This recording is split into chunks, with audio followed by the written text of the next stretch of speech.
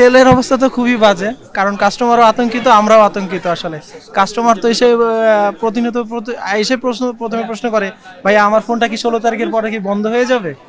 তাহলে আপনি কি নিবেন বলেন? সাপোজ আপনি একটা 1 লাখ টাকা দিয়ে ফোন নিতেছেন, আপনি যদি অনিশ্চয়তার মধ্যে পড়েন, তাহলে কি আপনি প্রোডাক্টটা কি পারচেস করবেন আমাদের থেকে?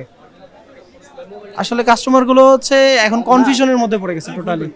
আমরা তো চাচ্ছি যে কিছু পার্সেন্ট ভ্যাট ট্যাক্স প্রদান করে যেন দেশেরও উন্নতি হয়, আমরাও যেন বৈধভাবে বিজনেসটা করতে পারি।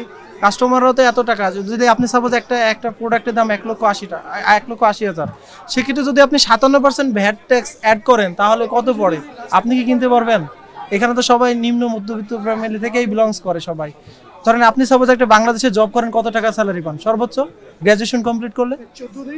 সর্বোচ্চ স্কিল ডেভেলপ থাকলে আপনি 45 50 অ্যারাউন্ড 50 অ্যারাউন্ড করে আপনি একটা 1.5 লক্ষ 2.5 লক্ষ টাকা দিয়ে ফোন কিনলে আপনার কতদিন সময় লাগবে?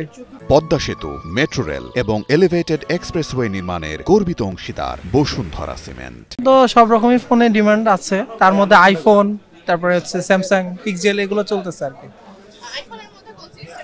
আইফোনের মধ্যে 15 16, আর অনেকেই আবার ইউজড থেকে আপনার নতুন নিচ্ছে 17টা বেশি চলতেছে। এক একটা প্রোডাক্টের এক এক প্রাইস। আসলে প্রোডাক্টের আছে ইউজ প্রোডাক্টগুলো আসলে কন্ডিশনের উপর বেসিস করে প্রাইস রেঞ্জটা হয়। যেমন আইফোন 15 প্রো ম্যাক্স নিলে আপনি 90+, যদি ওর থেকে একটু বেটার কন্ডিশন হয় তাহলে আর একটু বেশি প্রাইস। 16 প্রো ম্যাক্স নিতে গেলে আপনার 1,10,000+।